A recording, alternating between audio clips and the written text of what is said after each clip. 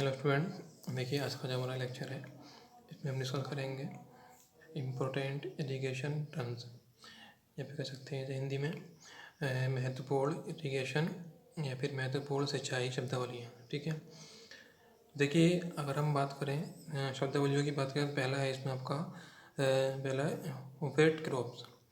ठीक है, इसे हम कहते हैं नहरी या आबी फसलें। ठीक, तो देखिए वेट क्रॉप्स क्या होती हैं, जिन क्रॉप्स के लिए आपका क्या होता है आर्टिफिशियली हमें क्या है वाटर प्रोवाइड करना पड़ता है, यानी क्या है हमें कृत्रिम तरीके से आर्टिफिशियल मेथड से हमें क्या है इरिगेशन करना पड़ता है, सिंचाई करनी पड़ती है, वो क्या कहलाती है आपकी वेट क्रॉप्स कहलाती हैं। ठीक है, या फिर उन्हें हम कहते हैं आबी फसलें कहते हैं। ठीक है, देखिए आबी मतलब क्या है, आब जो आबी किससे बना है आपका, आबी बना है आपका आब वर्ड से बना है। ठीक, आपका बताओ आब जो है आपका एक पर्शियन शब्द है। ठीक है, क्या है ये आपका एक पर्शियन शब्द है ये, इसका मतलब होता है आपका वाटर। तो यानी क्या है, ऐसी फसलें जिनके लिए हमें आर्टिफिशियल मेथड से पानी प्रोवाइड करना पड़ता है वो कहलाती है आपकी वेट क्रॉप्स। ठीक है, अच्छा नेक्स्ट आपका है ड्राई क्रॉप्स। ठीक है, तो देखिए ड्राई क्रॉप्स या हिंदी में कहते हैं इसे हम बिरानी फसलें। तो क्या होता है, जिन फसलों की बुआई, उत्पत्ति तथा पकाई वर्षा जल पर निर्भर करती है, यानी जो फसलें फुल्ली तरीके से आपके क्या है आपके रेन वाटर पर डिपेंड होती हैं वो कहलाती हैं आपकी ड्राई क्रॉप्स।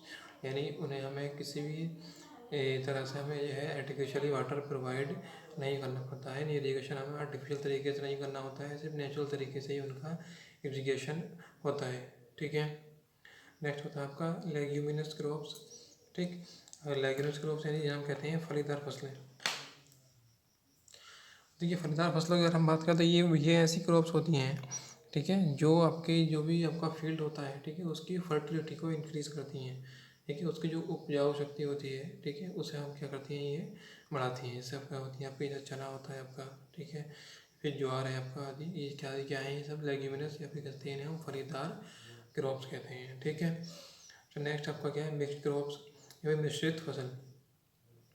तो देखिए मिक्स्ड क्रॉप क्या होता है आपका, देखिए जब एक ही टाइम में आपके फील्ड में एक से अधिक ही क्रॉप से जो है आप बोई गई है। ठीक है, यानी आप जो है एक फसल से ज़्यादा फसल एक ही टाइम में एक ही क्रॉप पीरियड में आप क्या है उगा रहे हैं। ठीक है, तो वो क्या कहलाते हैं आपके, वो कहलाती है मिक्स्ड क्रॉप्स कहलाती है। ठीक है, जैसे आपका क्रॉप होती है, ऐसा आपका कपास और क्या है आपका मूंग। ठीक है, और ये सब क्या है, ये दोनों क्या है आपकी एक साथ चलती हैं, और ये इन्हें क्या कहते हैं इन्हें हम कहते हैं आपका मिक्स्ड क्रॉप कहते हैं। ठीक है, नेक्स्ट आपका होता है कैश क्रॉप या फिर कैसे कहते हैं नकदी फसलें। ठीक है, जैसे नाम से पता चल रहा है आपको कैश क्रॉप मतलब क्या है, जिन फसलों को बेचकर हमें क्या मिलता है, हमें क्या है हमें जो है पैसा मिलता है। ठीक है, यानी जिनसे क्या होता है आपका रेवेन्यू जनरेशन होता है, वो कहलाती हैं आपकी कैश क्रॉप। ठीक है, यानी देखिए ऐसे लिखा हुआ आपका ऐसी फसलें जो किसान के निजी उपभोग में कम आती हैं तब मार्केट जाकर बेचनी पड़ती हैं, कैश क्रॉप कहलाती हैं। ठीक है, देखिए जैसे क्या है आपका पटसन है या फिर आपका जो चाय है, चाय की खेती क्या है आपकी डायरेक्टली यूज़ इसे इतनी मात्रा में नहीं कर सकते हैं। आपकी कपास है, कपास का क्या होता है आपका डायरेक्टली हम यूज़ नहीं करते हैं। ठीक है, वो नेक्स्ट हम गन्ना है, ठीक है, और आपका तंबाकू है, इन सारी फसलों को क्या आते हैं हम डायरेक्ट उपभोग में नहीं करते हैं, डायरेक्ट इनका यूज़ नहीं करते हैं। क्या करते हैं इन्हें हम मार्केट जाके बेचते हैं और इनसे क्या होता है आपका रेवेन्यू जनरेट होता है, यानी पैसा जनरेट होता है इनसे। ठीक है, अच्छा आगे है आपका नेक्स्ट आपका क्या है क्रॉप पीरियड क्या होता है। देखिए अगर बात करें क्रॉप पीरियड की, ठीक है, तो क्या होता है बीज बोने से लेकर फसल काटने तक की कुल अवधि। ठीक है, जैसे जिस टाइम आपने क्या था आपने फसल को क्या सो किया, यानी फसल को बो दिया है, और आपने क्या फसल को हार्वेस्ट किया है। ठीक, ये सोइंग हो गया आपका और ये हो गया आपका हार्वेस्टिंग।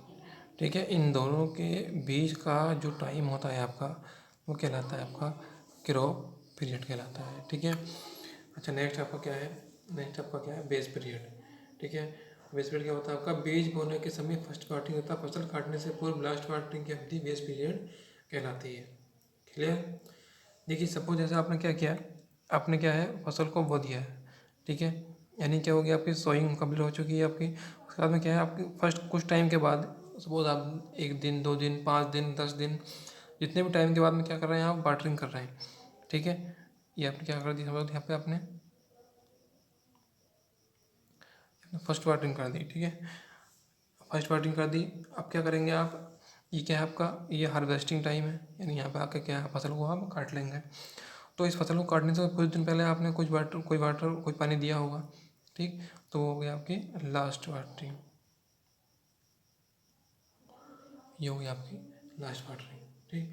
तो फर्स्ट वाटरिंग यानी यहाँ से, और लास्ट वाटरिंग, इन दोनों के बीच का जो टाइम होता है वो कहलाता है आपका बेस पीरियड कहलाता है, ठीक है।